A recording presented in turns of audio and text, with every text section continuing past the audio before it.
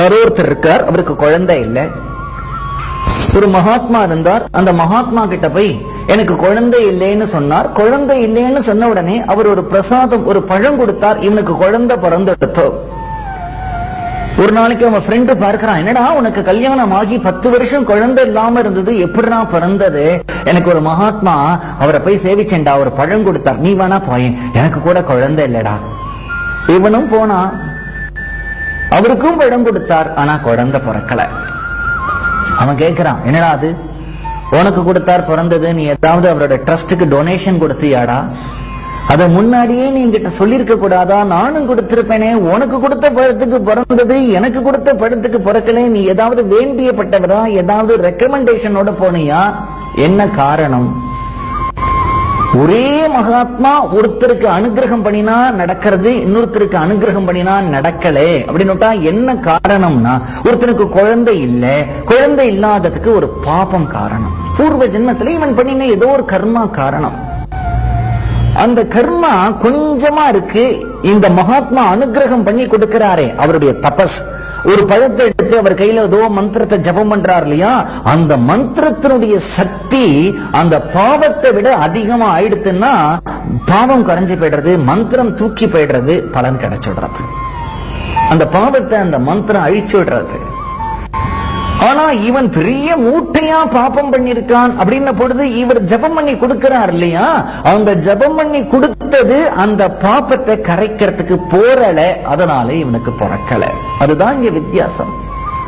ஒரு சின்ன வியாதி வந்துடுச்சுன்னா ஒரு சின்ன டேப்லெட் போட்டுட்டா அது போயிடுறது. பெரிய வியாதியா இருந்தா அதுக்கு தகுந்த வைத்தியமும் மருந்தும் தேவை இருக்கு இல்லையா. சின்ன பாபம் உடனே விலகிடுறது, பெரிய பாப்பத்தை விளக்கிறதுக்கு அதற்கு தகுந்த தபஸ் தேவையா இருக்கு.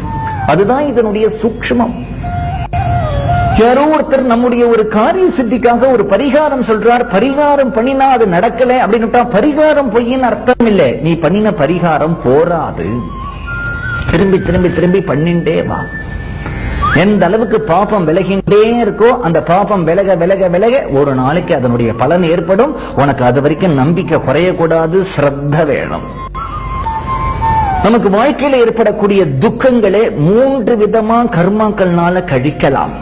ஒரு துக்கத்தை, ஏதோ ஒரு வியாதி இல்ல ஏதோ ஒரு துக்கம், அதை 100க்கு 100% சரி பண்ணிடலாம். சில வியாதி சில துக்கத்தை குறைக்கலாமே தவிர 100க்கு 100% சரியாக முடியாது. சிலதை அனுபவிச்சுதான் ஆகணுமே தவிர மாற்ற முடியாது. வித்தியாசம் இருக்கு, அது மகான்களுக்கு தெரியும். ஜெயமுண்டு பயமில்லை குருநாதா உன் பெயர் துணை, வளமுண்டு குறைவில்லை குருநாதா உன் பதம் துணை, வளமுண்டு குறைவில்லை குருநாதா உன் பதம் துணை, ஜெயமுண்டு பயமில்லை குருநாதா உன் பெயர் துணை, வளமுண்டு குறைவில்லை குருநாதா உன் பதம் துணை, நலிந்தோர்க்கெல்லாம் தெய்வம் நீ, என் நல்வினை பயனாய் வந்தவனே, நலிந்தோர்க்கெல்லாம் தெய்வம் நீ, என் நல்வினை பயனாய் வந்தவனே, துன்பம் துடைக்கும் பந்தம் நீ, தூய சீலத்தால் மனம் கவர்ந்தனை, ஜெயமுண்டு பயமில்லை குருநாதா உன் பெயர் துணை, வளமுண்டு குறைவில்லை குருநாதா